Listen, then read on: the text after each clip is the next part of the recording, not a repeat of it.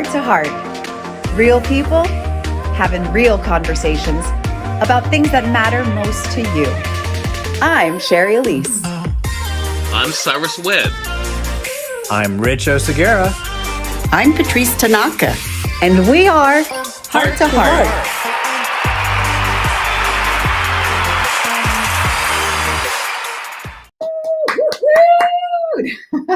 Hello, everybody. Welcome to Heart to Heart. We're so excited to have you here. Hello, Joan Lee. I already see you there. Heart to Heart is an interactive talk show where you get to choose the topic. So each week we ask you to submit questions to us, and one of them gets chosen here live on the show. Halfway through the show, we'll find out which question is waiting for us in the vault. If you're watching live with us or the replay, make sure you say hello to us. Let us know how you're feeling and what is on your heart today. And also, as a reminder, please hit the share button on this so we can share the love out there. So let's take a quick look at this week's questions that came in, as one of them will be revealed. So we got an anonymous question that said, how can one remain optimistic despite the odds being stacked against them? Martine sent in, how do you deal with things from the past that you regret? And Nanako asked, how can we collectively fight against corrupted judicial systems? While we're on the show. So there are some serious questions that came in, and we can't wait to find out which one is waiting for us in the vault. So let's get this party started. Welcome, my beautiful peeps. Hey. So in case you might notice, Patrice is missing here today. She had another event that she had to be a part of, but we have been blessed with our amazing producer, Tracy Allen, who is sporting that sexy little look with us. So welcome, Tracy. Hello, everyone. Thank you. Yay, Tracy. Yay. So how are you guys all doing? Pretty good? Good. Doing really good. Trying to absorb the news that came in today, guys. I don't know if you guys saw it or if our audience saw it, but I mean, some pretty big entertainment news came in today, and it kind of, I was joking with my manager, it's time for me to update my resume because after 19 seasons, Ellen DeGeneres, she's announced that she's ending her daily show. Oh. She says that she thinks it's time for her to find something new to challenge her. So I was curious, guys, for you. I know for myself, I got to thinking about that, the wording of that she was looking for something new to challenge her. And it made me think about, when do you know that it's time to move on? I mean, to find something new. I know for myself, I always tell people that, I love what I do and I'll continue to do it as long as it's fun for me. And as long as it does push me.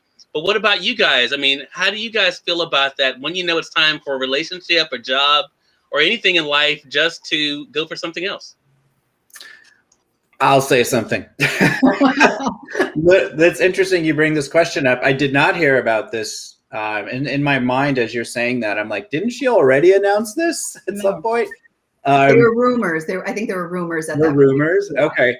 But literally just before we came live here, I was doing a live video on my Facebook, imagine that. And I was talking about this idea of being in the uncomfort zone. And when we get comfortable, like growth and expansion doesn't really happen anymore, right? And so it's in the uncomfort zone where the magic happens. And I really get what Ellen is saying. I interpret it as she's bored. It's not challenging for her. She has a machine, right? She has an empire in place. And I get that I can see how at some point, while it's brought her so many amazing things and a lot of problems, I can see the needing to change up because then who knows what's possible. She's not going to disappear, that's for sure. Mm-hmm. But change, when we see that we're bored, when we see that we're complacent, that's an indication that something needs to get shaken up. Yeah. So Well, first, it's interesting. You were talking about updating your resume. I got tagged in that like 2 times today. Like people were like, Sherry, it's your time. And so that's actually how I found out. I was like, hey, thanks. But I said that when Oprah retired too, from speaking. I was like, oh, there's making room. So it's interesting. I feel the same way. Like I remember specifically knowing when it was time when I was waiting tables, because back in the day when I was pursuing acting, I did the whole waiting tables thing. And I remember I loved waiting tables. I loved being able to talk to people when they would come up to the table, and we wouldn't just talk about steaks and fries. I would talk about life with them. I would be who I am, which is what's inspiring them in their own lives. And I knew that it was time when people started coming in, and every time someone sat at my table, it felt like my soul died. I went from like this love to like, oh God, another conversation. And it wasn't about them per se. It was just like, I was so ready to move forward. And so it was this really just felt like, I know it sounds terrible, but like this deadness inside where it wasn't exciting anymore. And it didn't fulfill me anymore. And I found, even in my wellness company that I had, I was starting to feel like physical anxiety because I knew that there was something else for me, and there was a sense of dread as I woke up in the morning. So whether that's in a relationship, whether that's in a career, I think we intuitively know and we can feel it. And for Ellen, I mean, as much as we from the outside can look and be like, that's an amazing job, it's just another job to her, especially if, like you said, the machine, it keeps going over and over and over again. Yeah. I'm curious though, for the audience though, for those of you who are watching, would love to know your insight into this. And has there ever been maybe a time that you knew that it was time to end something, even if it was hard? Yeah. Well, I just wanted to say, like, for me, after all that she had to go through last year, things just blowing up in her face, people saying she's this, that, and the other. She knows that she's put a lot of good out into the world. And, I think after you've done so much good and now things are starting to turn ugly, I think that's a perfect time to be like, well, we get off, So I blame her, and I really appreciate all the good that she has done. And I hope that that's what she'll be remembered for more than all the negativity that hit. None of us are perfect. So hopefully she'll be remembered for all the good that she put out.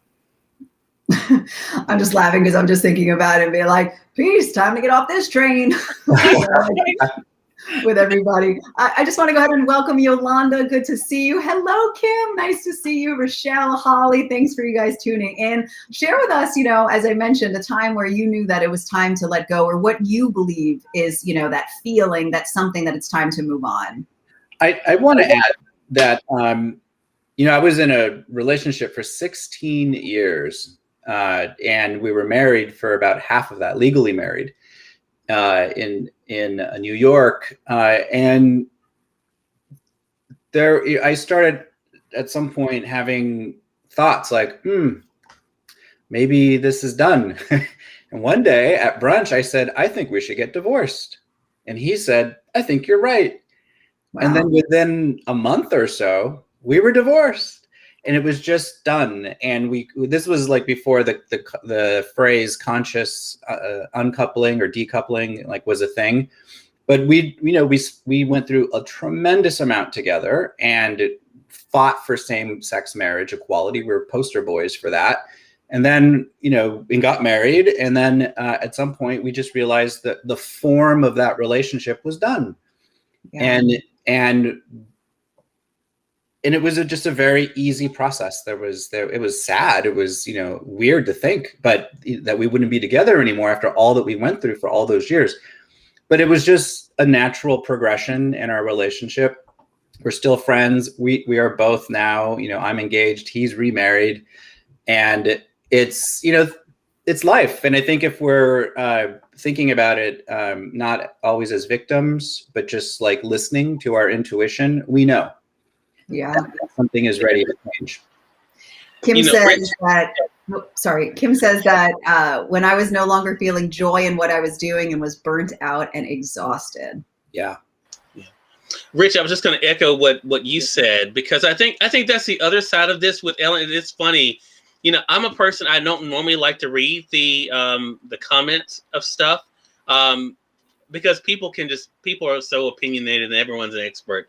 But it was so interesting seeing the comments that people were like, well, yeah, it's about time. Some people were, you know, and, you know, who's watching her anyway? Then other people were like, oh, you know, this has finally gotten the best of her. You know, she's getting what she deserves. And other people were like, oh, wow, I can't wait to see what she does next. And I was thinking about what you said, Rich, because I think, you know, we can look at it different ways. I mean, for you, it was a release, right? I mean, and even it was Kim that said, change can feel hard. Sometimes the hardest decisions are the best ones for us. I can imagine, just like you mentioned Oprah, Sherry, I'm sure that was not an easy decision for Oprah to get to. I'm sure it was. I mean, because when you're at the top, I mean, these are both Emmy winners, you know, who have had their platforms celebrated in so many ways. It has to be an interesting thing, but also knowing when it's time. I know Oprah talked about that, just knowing it was time to do something else. And I think it's such a personal thing, but I think it definitely is an important thing for all of us. As Kim says, I mean, it's the best ones for us. It's interesting because, and Rich brought this up too, about, you know, relationships and just the transition, knowing, you know, the different times in our lives. And I think where we find the most challenge and struggle is when we try to push something past its time. And I know for me, I've stayed in relationships longer than I should have, jobs longer than I should have. And even though you're getting that feeling and you're getting that it's time to move on, but maybe you're afraid of change, you know, maybe you're afraid of being alone, maybe it's, you know, it's just too difficult. And often what happens, and I know for me, it's like that's when things can turn ugly in a relationship, or that's when your physical health gets affected. So it's important to pay attention to what is going on within. So then you know when to let go. Go ahead. I see Holly, she mentioned, although I loved being a teacher, my time, energy, and interest were being pulled onto a different path. I literally couldn't stop paying attention to the pull. And I think that's it. You know, I tell people I feel like I never really work because I love everything that I do. But when something doesn't feel right for me anymore, I don't keep doing it. Yeah. I let it go, and I do it unapologetically. Unfortunately, it's typically relationships that I do. Guys, look, that I do easier than my work, because those seem to be the most difficult for me. Dealing with a person one person is a lot more difficult than dealing with what I deal with my work. And so, but I think, you know, getting to that place where we're okay with that decision, and forget about what everyone else says, I think that's when we know we've made the right choice. So I just want to say, you know, I'm opposite of Cyrus. It's easier for me to let go of other things than people. You know, with people, I understand that, you know, there's so many changes that we grow and we change and all of that. And so it's really hard for me to just say, well, I don't like these changes, I'm ready to move on, and then leave. And so, you know, I really wish that more effort had been put into my own marriage. I look at that time and look at people that are old now, they're celebrating their 30th anniversary, their 50th anniversary. And I'm like, golly, we could have probably made it, but we didn't put in enough push to hold on. So yeah, it was let go. But there are times now that I question, was that premature? Was it a bad decision? And so, you know, that's how I feel about it. Wow, that's along the lines of what I was gonna talk about too. You know, I think there's the whole world of societal norms and traditions and expectations for everything, whether it's holidays, like, oh, it's, you know, Christmas, I have to get people gifts, or whatever the thing is, right? Or I love that tradition, by the way. Yeah. I expect a great one from you this year. No, receiving. Oh, receiving. Okay. Then I'll give you a great one. But yeah, with marriage in particular, relationships, especially the longer they are, like, it was really hard for me at 16 years, because especially in our case where we fought to get the right to be married as same-sex, you know, couples, and then realizing, okay, well, maybe not. You know, and there was a lot of pressure on us to stay together, because what would people think? What would people say? You know, we can't do that. But you know what? We have to do what's right in our hearts. and what's right for us, and trust that our intuition is leading us in the right direction. And just really trust our instincts, I think is a part of it, and not give in to all the external pressure about what other people think or what's good for everyone else, right? Yeah. I love this conversation, and I would love to continue it. So be sure that you share with us in the comments, what has been your greatest or most challenging transition for you. And what I love most about this, Cyrus, thanks for bringing it up, is that now there is an open time slot for Ellen Show. So Heart to Heart, who knows? Yes. And now it's time for our favorite part of the show. And this is where your question that you sent in will be answered. So let's find out, Tracy, what is waiting for us in the Heart to Heart Vault.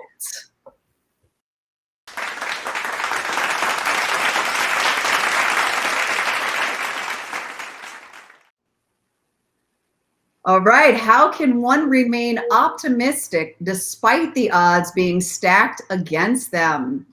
Ooh, good image, Tracy. Wow. And that was sent in, I believe that was by Anonymous. Yes. So thank you for sending in that question. And before we get into that, we're going to put in the comments the question submission form. So if there is something that is weighing on your mind, something that you want us to have a heart to heart on, please submit your question, and it might be waiting for us in next week's Vault. So who wants to go ahead and tackle this question first? I like this one, Sherry. And when I first saw the question, I thought, I think this is, after the year we've had, I think being optimistic is definitely a challenge. I've mentioned before on this program that, I'm very fortunate that I grew up with people who pushed me in spite of, and I've shared the story with my mom growing up during segregation, knowing what that experience was like, picking cotton, even, being called outside her name, and still staying optimistic and teaching the optimism to my brother and myself. I think it really begins with, for one, the choice of knowing that better can happen. That's my personal experience. Knowing that where you are, what you're feeling, and what's going on, is not going to last. Even when it comes to something like was on the beautiful graphic with Tracy, climate change, or no matter what it is, and also knowing that you're not powerless. I think a lot of times we just give up our power. But I think for myself, realizing I could have a role in what I could do, that has definitely kept me optimistic, and knowing that I'm not alone in it, that there are other people out there that are fighting. I can't help but think about the Avengers, right? Just when you think all is lost, and that there are other people there willing to fight the battle for you. Mm-hmm. Love that. Sorry, I was going to say, Cody says we have 100% survival record thus far. I love it. Go ahead, Tracy. Yeah. No, I was thinking how I've found the importance of unplugging. Last year, I think I spent a lot of time watching the news, really just being caught up in everything that was going on politically. And it was just overwhelming, but I was just kind of glued to it. And then this year came in, I think probably February, I just let it go. And so for me, that's so important to just kind of unplug and tap into the things that I'm looking forward to, because that's what puts a smile on my face. What is it that I'm expecting good to happen, and moving forward with making plans for good things, making room for the good things to happen. I love that. Yeah, that's it's our thoughts inform our beliefs, and our beliefs inform our actions, and our actions create the results in our lives. So if we don't like what's showing up around us, then we go back to the starting point, which is the thoughts. And so that's something I always try to keep in mind, especially when I find myself feeling pressure, which, like right now, I'm in a period in my life with a tremendous amount of pressure that's self-induced, because I've been calling in all these things, right? And it's all here, like right now, today, right as we speak. I'm like, And I can be all stressed out about it, or I can choose a different way to be about it, especially since I wanted all the stuff that's on my plate, right? So it's really, we Cyrus said it, we are in charge of our response to what's happening around us. We may not like what's happening, and we can also look to see what role we play in what's happening. Is there anything we can do about it? Yes or no? But we can choose how we're going to be in the face of, and that's how I like to look at life. And for you guys that are watching with us, let us know, how do you remain optimistic when it feels like things are stacked up against you? What have been, actions that you've taken? What have been thoughts that you've what has helped you along with that? For me, it's, I feel like I did a podcast recently, and someone had said to me, the host said to me, that the odds have been stacked against me since I was a young girl. So since my abuse, like everything, that it could have gone a certain way. And it really got me thinking, because I never looked at it that way.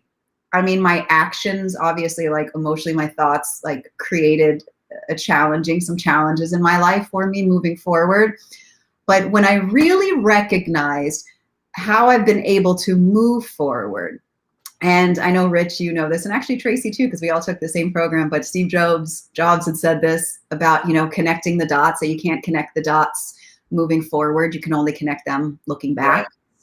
And I figured that out quite some years ago, after I had like this my break off from my engagement in college. It was a dramatic moment in my life where I literally fell to my knees. It was like a movie when I found out that he had cheated on me. And I didn't know how I was going to take my next breath. It felt like everything had just been ripped out underneath me. And so that was one of the hardest moments in my life, shockingly enough.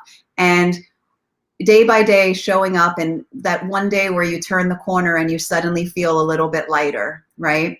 And so for me, anytime something now challenges me, I'm able to look back and see how I got through every one of those moments. And so that allows me to be in a power position that when there are things against me, I go, oh, I know I'll be able to show up for this. I know I'll be able to walk through this. I know I'm going to be able to turn that corner at that point. So for me, and for anyone watching, I would say just look back at everything you've got through. Cody mentioned it. We have a 100% survival rate. We're all sitting here with each other right now. No matter how hard it's been, we've gotten through it. Yeah. Tina brings up a really good point. Tina, thank you so much for watching. Tina's the author of a great book called Seminole, about her family and their overcoming challenges. And she said, my favorite quote, be careful what you think. Your thoughts become your words become your actions become your habits become your character is everything. And I so agree with that. I think, and even what Rory said about hope is a choice. I know people say sometimes I'm a little Pollyannish. And my situation has been a little different, I guess, in life in some respects. But I'm a person that has always chosen optimism. I mean, I've always chosen the glass being half full, because what is the point of choosing the glass being half empty? I mean, and dwelling on that. So I think just thinking about, what you can do today, and not thinking that we can change everything in one day. I think that's putting too much pressure on ourselves.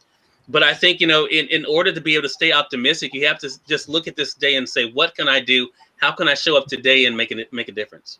Mm-hmm. Yeah. And like to take this a slightly different direction. Sherry is the recipient of many Facebook Messenger voice messages from me.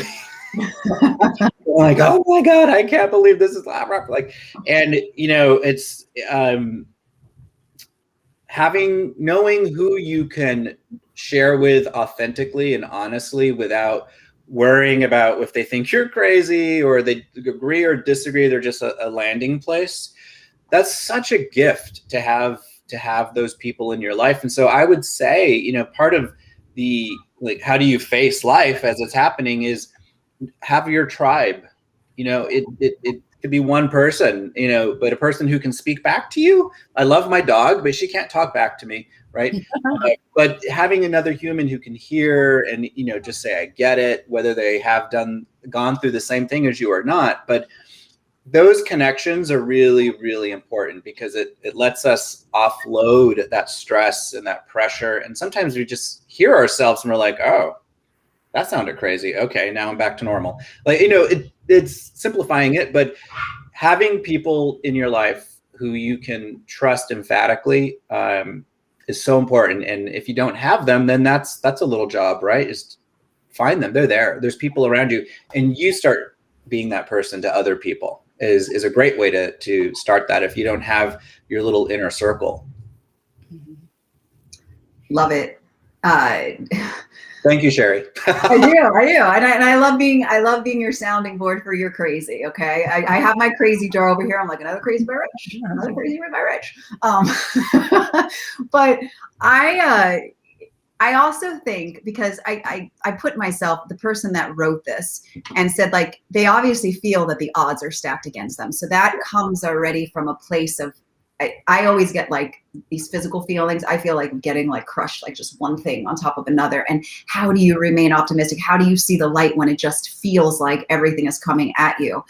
And I think presence, right? I made a video really quickly yesterday about how often we create the stories in our head that things aren't okay, or if they are okay, that we have to keep things going and doing because something might come along and the other shoe's going to drop and we're not going to be okay. And so maybe really look at the stories, the things, that the beliefs, as Rich said, that we're telling ourselves, and seeing if it's actually true or if it's something that we've created around the situation. And so just getting really present with this moment and feeling your safety in it, right? Feeling that things are actually okay. And maybe the worst thing about this moment is the way that you're looking at it.